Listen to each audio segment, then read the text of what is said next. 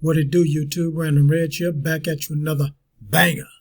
All right, so today I'm going to react to Bill Burr. Name of this one is CEOs Are Evil. Okay, let's see how evil they are. Hate. Dear Billy Breakbad, I'd like to pile on the hate for powerful nerds. Bill Gates spends hundreds of millions of dollars a year on publicity to keep himself in good graces. I work for a tech, because they always saying like what a philanthropist he is. I work for a tech company, and anytime an EVP, executive vice president, who comes. All right, guys, if you're new and if you're not new, I need you to hit that subscribe button, hit that notification bell, give me a like, share this everywhere, help this channel get to 4,000 subscribers because I'm going to do a giveaway. And if you want some free money, share this video like crazy. Let's get back into it. Comes from a tech background, is way more of a lizard brain than the business school background guy. What? I work for a tech company, and anytime an executive vice president who comes from a tech background is way more of a lizard brain than the business school background guy. All right, I think you missed a word, or there's something going on there. I don't know. For example, business school EVP guy or gal will do everything he can to make profits by making shrewd business deals. The tech EVP guy or gal will do everything he can to push programming narratives, as in human beings are programs that they can control through additive habits, i.e. social media. Well, are they wrong? Not saying one is better than the other. Both of them talk about people like ants. But it's way more unsettling coming from the tech guy for some reason. Yeah, I understand that, because I feel like the business guy is the evil you're used to, where these guys are like, tech people and chemists. I mean, they're like fucking with the DNA of animals and our food supply and plants and all of that shit. Anyway, this one tech guy I have in mind, as I'm saying all of this, would talk about them as in everyone who didn't work at our company. And I'd be thinking like, yo, man, you're talking about everyone here like they don't have friends and family and a conscience, and like we wouldn't want them programmed against their will. Well, just out of curiosity, why don't you say that? Why don't you say these things in these meetings? Anyways, this same guy would talk about how pliable the public is all the time. Their attention, their opinions, everything. Yeah, this guy's speaking my language. This is why I think everything's fucking rigged. Then one day a coworker showed me a video of a former CIA officer talking about how pliable the public is. It was hard to shake that one off, so we both left work early that day to get high and see a movie. Yep. That's J. Edgar Hoover. And then when they actually discover the truth, it's so overwhelming they can't handle it. You go out and get high and you go watch a movie. Also, you called this like 8 years ago in one of your specials, I think, or podcasts, how nerds will make all the crazy weapons. Anyways, yeah. No, that's what it is. That's what it is. The Donald Trump sociopaths are nothing without nerds making their psycho dreams come true.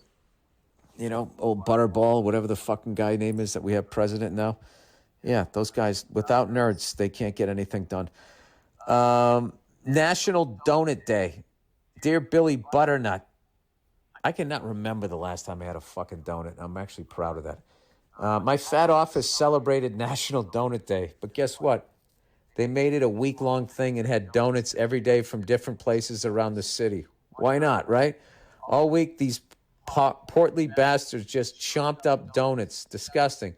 All of them are short of breath most of the time, but this week they were sucking air like the atmosphere was collapsing.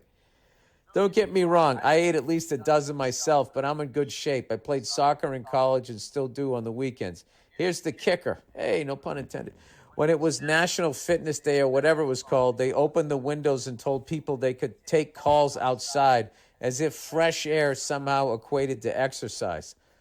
Jesus Christ. Love the podcast. Just got into anything better. Loving that too. Go fuck yourself. Sorry, had to take a sip of water there. Yeah, that's insane. Where exactly is that? I actually watch this, my wife likes to watch the murder shows like that SNL sketch at night. And she had one on. And I don't know what part of the world it was, but these were just the weirdest looking fucking people. Just the weirdest collection of people where they just look very unique in their weirdness. They were just odd looking people. And then there was one woman who was kind of pretty, but like smoking hot for that area. But she'd still be a 7 in like New York or something. But I mean, she just must have been like off the charts. But I was just looking at them going, what is going on with these people? Their eyes were a little too far apart. Their foreheads were like big and sloping. And, the clothes I'm not going to get after you about. The clothes are like, you don't have money. What are you going to do, right?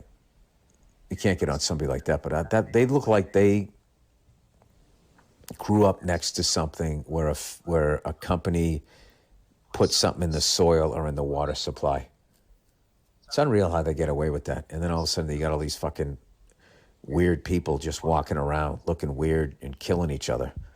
And then you just use it as like, you exploit it and sell advertising, telling their stories as if you care about these stories. You know what happens in all those murder things? My wife falls asleep halfway through it and I end up watching the whole thing. All right, guys, that's it. It wasn't over the top funny. I mean, it was interesting though about the, the tech companies and the CEO of the tech companies. You know what I'm saying? It was interesting hearing somebody that worked for a tech company and, kind of complaining about the billionaires, tech billionaires. But it was okay. It wasn't over the top funny. You know what I'm saying? But I need you guys to drop a comment down below. Let me get you guys' thoughts. And let me go ahead and do a rating. I'll give it a thumb up. 1 thumb. Because, Bill Burr, he's a funny man. He makes almost everything funny. Like I said, it was interesting. It was a little funny, but wasn't over the top. Wasn't the best. It wasn't the best. But it was still worth listening to. You know what I'm saying? So, again, put that comment down. Let me know what you guys thought. And please share this everywhere. I can't stress it enough. Let's get to 4,000 subscribers. 5,000 is a goal by 2023.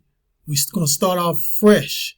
And we're just going to hit YouTube and run it. You know what I'm saying? Hit those YouTube streets and run it.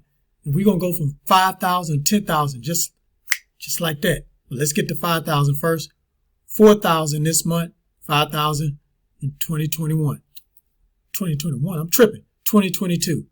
All right, guys. That's it. One last thing. Hit that subscribe button. Hit that notification bell. Give me a like. All right? And that's it. It's been Random. Random Reggie's out. Peace. Y'all have a blessed day.